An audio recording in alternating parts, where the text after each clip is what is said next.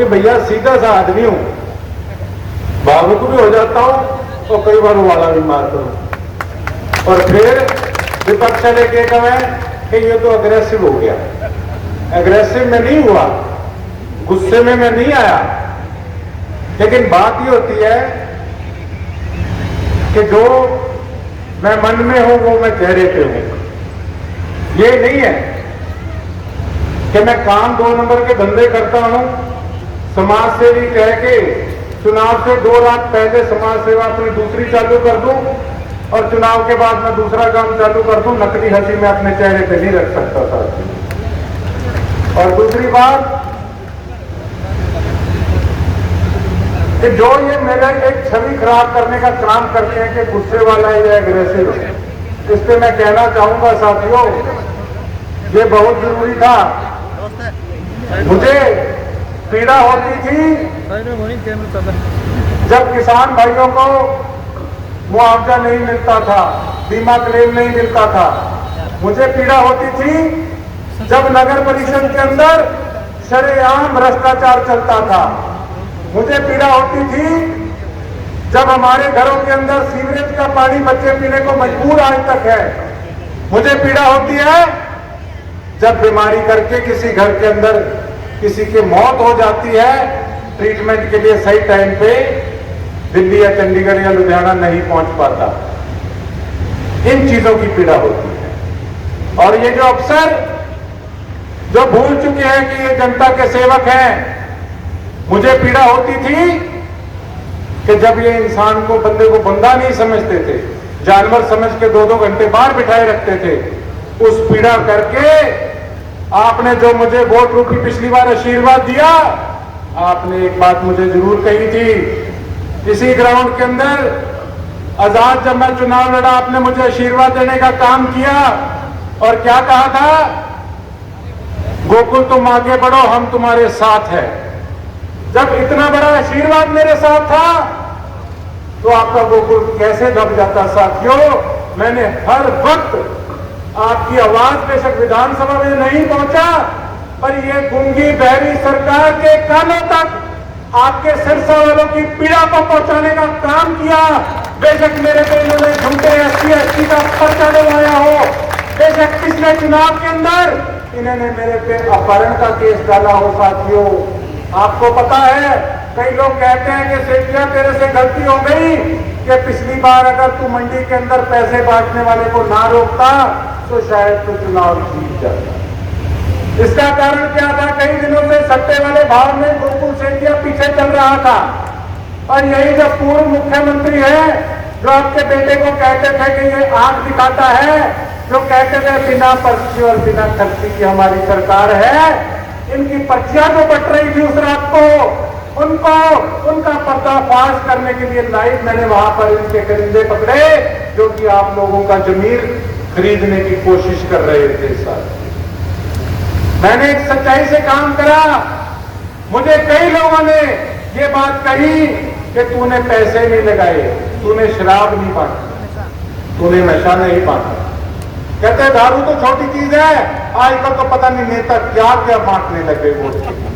क्या आपको अच्छा लगता कि जिसको आप सरसा नरेश के नाम से कहते हैं, स्वर्गीय लक्ष्मण दास अरोड़ा जी, क्या उनका दोता चुनाव के समय में शराब नशा बांटता या पैसे बांट के आपका जमीर खरीदने का प्रयास करता? ये गिलोना काम नहीं किया। मुझे इस चीज की आज भी कुछ मेरे पैर डगमगाते थे जब चुनाव चल रहा था कि भैया क्या करें, कैसे करें। आज भी आपको अपने मन की बात बताऊं। आज क्या हो रहा है गांव के अंदर, शरेआम जो लोग 5 साल जिन्होंने किसानों से मुंह फेर लिया था, उस समय जब किसानों के संघर्ष की लड़ाई थी, उस समय किसानों के सामने आकर चुनाव इलाहाबाद में जाकर लड़ने का काम किया। एक किसान को एक हिसाब से बेइज्जत करने का काम इन लोगों ने किया।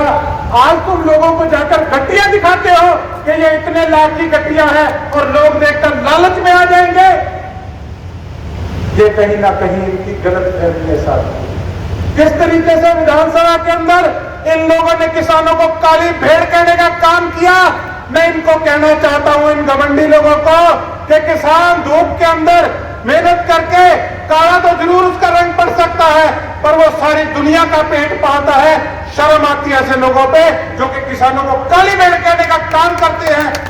हमें कहीं ना कहीं हमें नाज होता है कि हमारे विधायक इस तरीके के हों जो कि किसानों के लिए अपने इलाके की जिनसे शान बढ़े।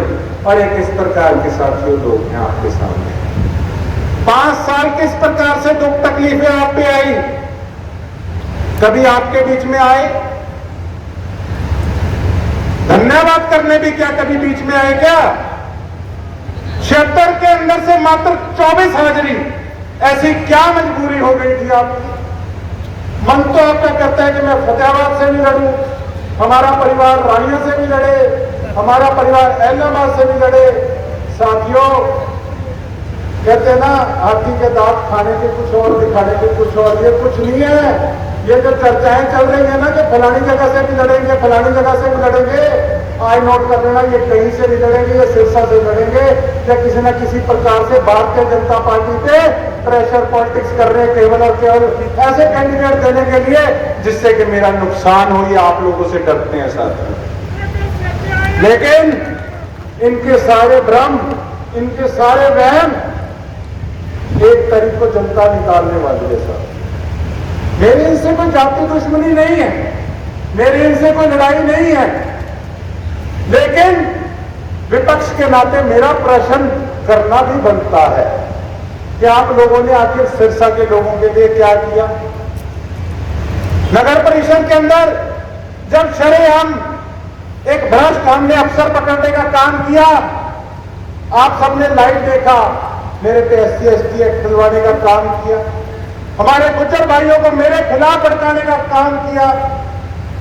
अनाज मंडी के अंदर इन्हीं के साथी भारतीय जनता पार्टी ने मेरे पे अपहरण का पर्चा डालने का काम किया।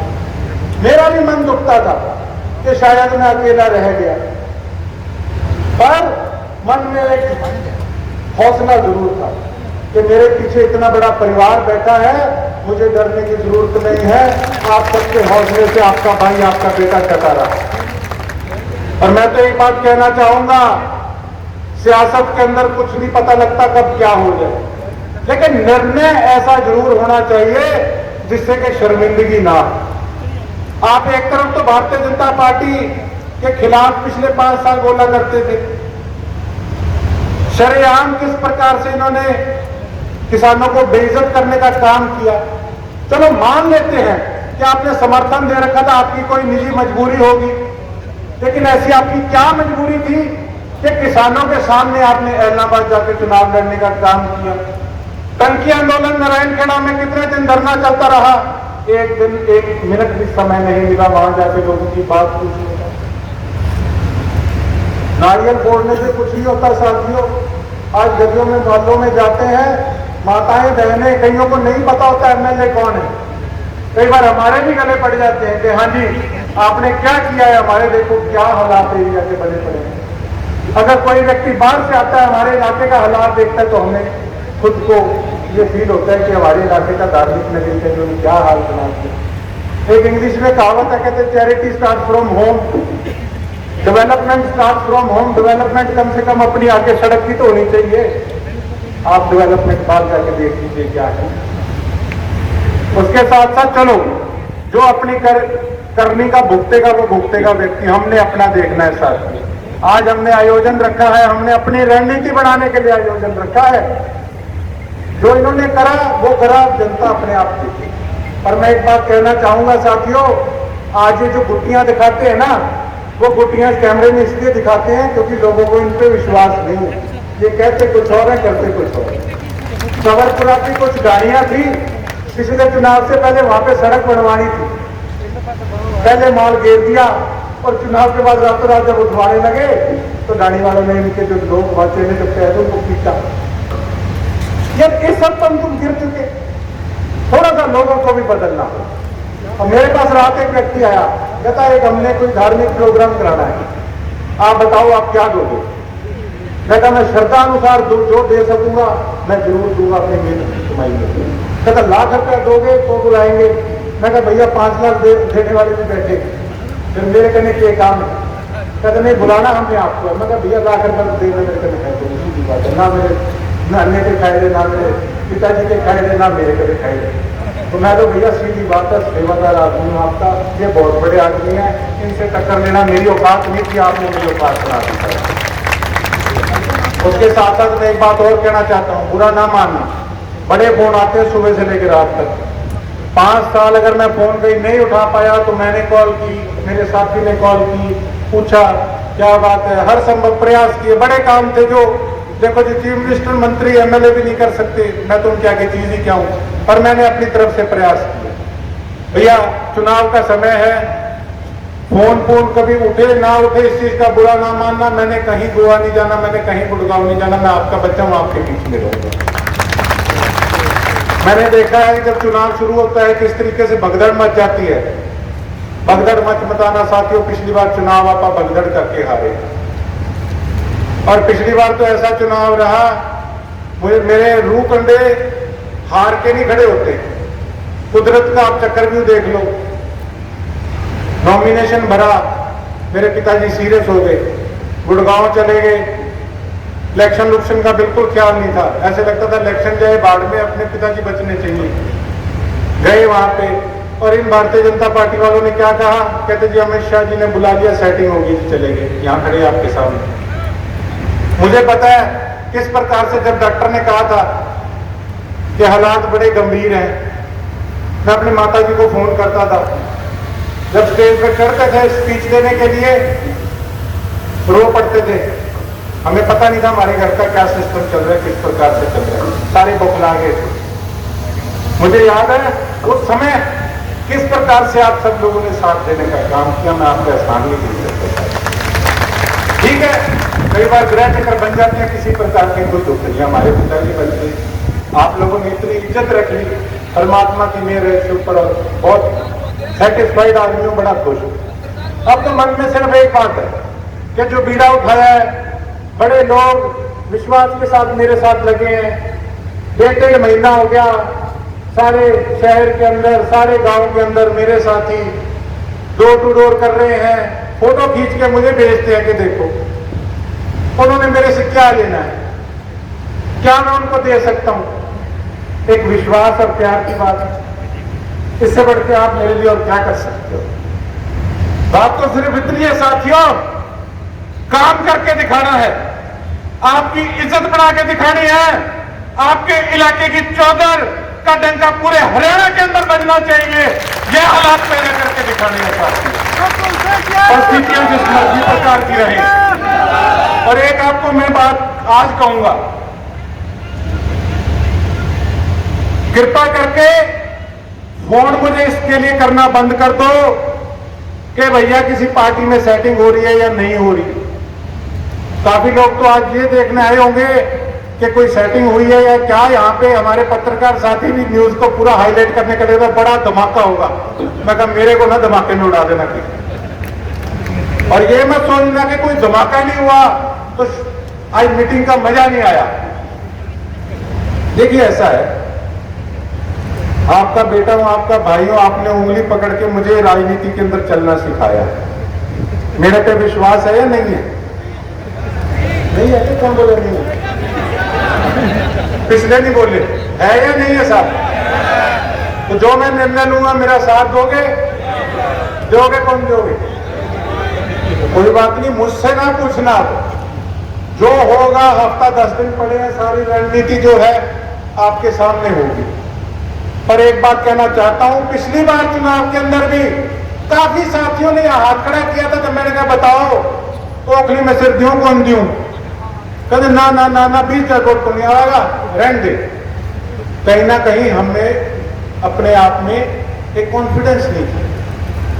लेकिन आप मेरी बात मानो, पिछली बार जो आपका ग्राफ था, 5 साल आपके हौसले से आपके भाई ने भी काम किया, मेहनत की है। मुझे पता है कि इस ग्राउंड में उस समय जब मैं चुनाव में हम खड़े हुए थे तब क्या तादाद थी और आज क्या तादाद है, मैं भली भांति इस चीज से वाकिफ हूं। और मैं नब्ज भी सारी देख रहा हूं कि क्या सिस्टम चल रहा है। और उसके साथ साथ मैं एक बात और आपको कहना चाहता हूं। देखिए, राजनीतिक परिस्थितियां का किसी को कुछ नहीं पता, सियासत किस तरफ जाएगी, क्या होगा। पर हां, मैं आज इस मंच से साफ कहूंगा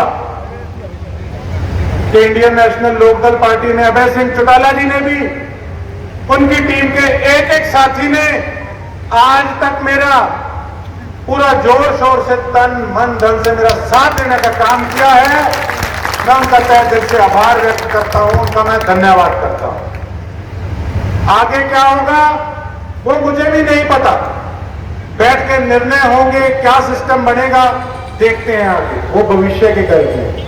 लेकिन जो एहसान है वो एहसान है, और कोई व्यक्ति मुझे ये नहीं कह सकता कि मैं बदल गया या विपरीत स्थितियों में छोड़ के चला गया। मुझे मान है और मुझे गर्व है और मुझे स्वाद भी आया इलाहाबाद के बाई इलेक्शन में कि जब हमने ऐसे किसान विरोधी लोगों की गोलियां लगवाने का किसानों ने काम किया। उस समय भी भारतीय जनता पार्टी का आपके भाई को, आपके बेटे को ऑफर था कि आप चुनाव लड़ लो। मैं कहा जितना समय रहूंगा, जिसके साथ रहूंगा, उसकी पीठ पे छुरा नहीं मारूंगा। अगर जिस दिन किसी को छोड़ूंगा, फोन करके कह के छोड़ूंगा कि जी इतना बड़ा साथ था। ये नहीं है कि किस प्रकार से आप वहां खड़े होकर मैं आपके सामने आके खड़ा हो जाऊं। राजनीतिक परिस्थितियां कुछ भी हो सकती हैं, हम उनके बच्चे हैं, उन्होंने मेरा मान सत्कार किया है और इंडियन नेशनल लोकदल पार्टी ने भी मेरा साथ दिया। और मुझे खुशी है कि 2 चुनाव के अंदर, नहीं बेशक लोकसभा का चुनाव भी था, हमसे जो हो पाया साथियों हमने अपनी तरफ से प्रयास किया। बड़े मन से आज मैं इस चीज की, कई लोग चर्चा भी करते हैं कि भैया तूने वोट नहीं डलाए, वोट 5500 आए। साहब मैं क्या करता, मेरी जितनी हैसियत थी मैंने गांव-गांव जाकर भाई संदीप लोड जी के लिए वोट की अपील भी की। जितनी मेरी हैसियत थी मैंने अपनी तरफ से प्रयास भी किया। पर अब जनता जनार्दन है, किस प्रकार से सिस्टम चलता है देखिए, वो हम किसी के हाथ में भी नहीं है साहब। बाकी आगे देखते हैं राजनीति किस प्रकार से क्या आगे मोड़ लेती है।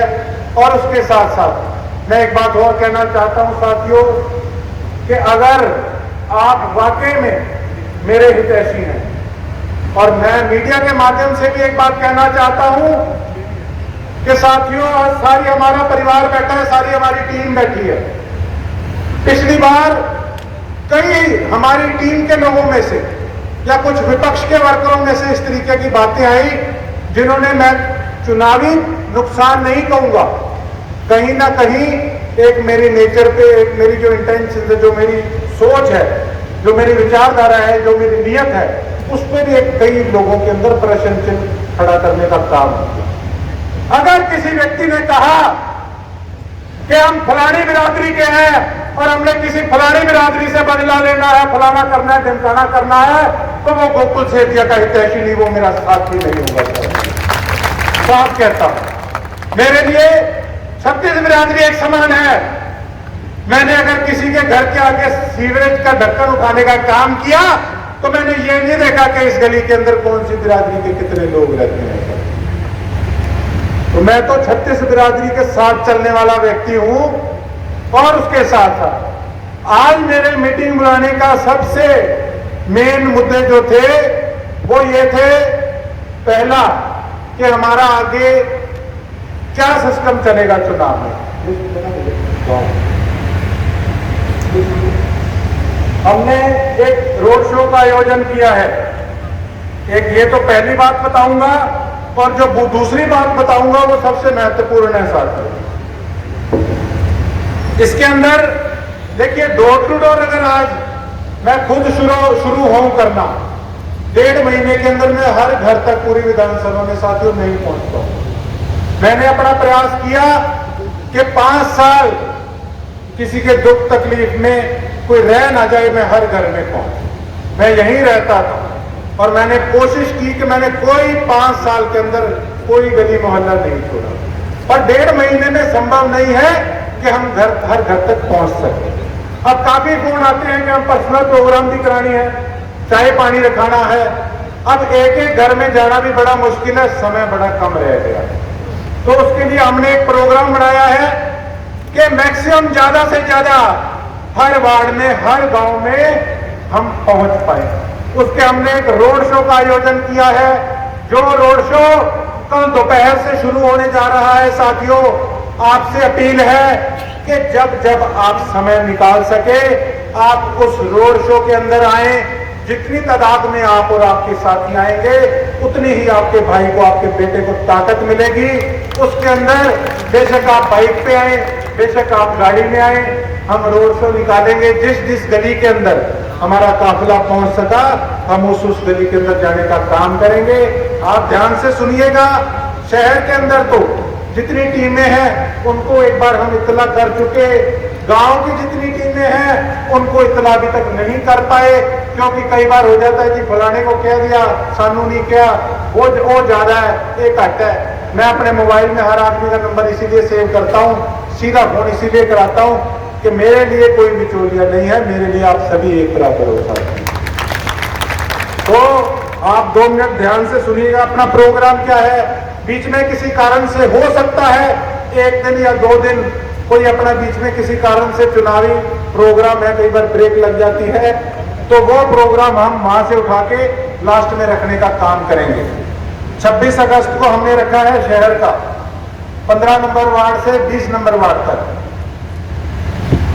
27 अगस्त को हमने रखा है जी नेजिया, अली मोहम्मद, चाडीवाल, सौवाला सेकंड, कैरावाड़ी, शेरपुरा। 28 अगस्त को वार्ड नंबर 3 से लेके 8 तक रोड शो रखा है साथियों। 29 अगस्त को नहराना, नारायणखेड़ा, गदली, डिंग मंडी, मोचीवाली। 30 अगस्त को वार्ड नंबर 26, 27, 31, 1, 2। 1 सितंबर को शमशाबाद पट्टी, केलनिया, रामनगरिया, खाजाखेड़ा, नटार। 2 सितंबर को वार्ड नंबर 9 से लेके वार्ड नंबर 14 तक साथियों। वार्ड नंबर 3 सितंबर को क्रंदनपुर, देगू, बाजेका, ताजिया। 4 सितंबर को वार्ड नंबर 21 से लेके वार्ड नंबर 25 तक। 5 सितंबर को फूलका, कबरपुरा, कसुम्बी, जोधका, कुकर थाना। 6 सितंबर को वार्ड नंबर 28 से लेके वार्ड नंबर 30 तक साथियों।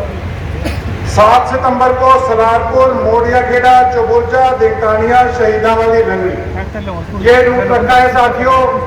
जो भी मेरी फेसबुक पेज है, बेशक मेरा इंस्टाग्राम है, बेशक जो मेरे व्हाट्सएप पे जुड़े हैं, उसके अंदर भी ये सारे रूट हम डाल देंगे साथियों। शहर का रूट तो शहर के लोग सारी टीमें बना रही हैं, तो गांव का जो रूट है, मेरी आपसे गुजारिश है कि आप सभी साथी एकत्रित होके उस रूट को बनाने का काम करें। पर एक आपसे रिक्वेस्ट है कि हमारा जो रोड शो है वो कहीं भी रुकाए ना, चाय पानी वाला प्रोग्राम ना हो। जिसने मिलना है वो रोड शो के अंदर आप मिलवा दें, क्योंकि समय कम है। एक एक दिन में 5-5, 6-6 वार्ड, 5-5, 6-6 गांव करने बहुत जरूरी है साथियों।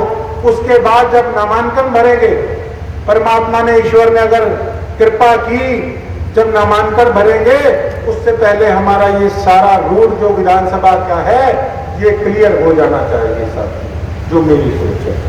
उसके साथ साथ मैंने एक चीज सोची, बड़ी गंभीर, शायद आपको पसंद है। कई बार मेरे पिताजी भी कह देते हैं कि यार तुझे नई कम कर दो। मैं कहीं नई कम नहीं करांगे तो सानू कौन पूछेगा। अब एक धारणा बनी हुई है, अब चुनाव चल रहा है, लोग आ रहे हैं वोट मांगने भी, डोर टू डोर करने, भाई भतीजे सभी आ रहे हैं। क्या उनके भाई भतीजे उनकी गारंटी लेते हैं कि 2 प्लान के अंदर 76 में से 24 हाजिरी थी, ताई को पकड़ के ले जाएंगे क्या विधानसभा? बड़े भाई को ले जाएगा कि नहीं तू विधानसभा जा भैया, वहां ना बैठ, ले जाएंगे? नहीं ले जा सकते। आज लोग कहते हैं कि भैया वो आ गया, तू अभी तक नहीं आया। अरे मेरे हाथ जुड़ा लो, मेरे तो गोडे किसके 5 साल फिर के, अरे जब सारा काम था तब मैं आया। आज उनको लोड है तो वो आपके पास आ रहे हैं। वो आज आपके लिए नहीं आ रहे, वो आज अपने लिए आ रहे हैं सर। आज 5-7-10 करोड़ रुपए वो लगा भी देंगे, उनकी कोई सेहत के असर नहीं है, बहुत बड़े आदमी हैं, लेकिन उसके बाद क्या कहेंगे, हमने तो पैसे दे के वोट दिए, पंचायतों को सुनना पड़ा, बेइज्जत किया इन लोगों ने, इन घमंडी लोगों ने। और अब तो ऐसे हालात है, आदमी को आदमी नहीं समझते, नीचे गर्दन करके नहीं देखते, पहचानते भी नहीं।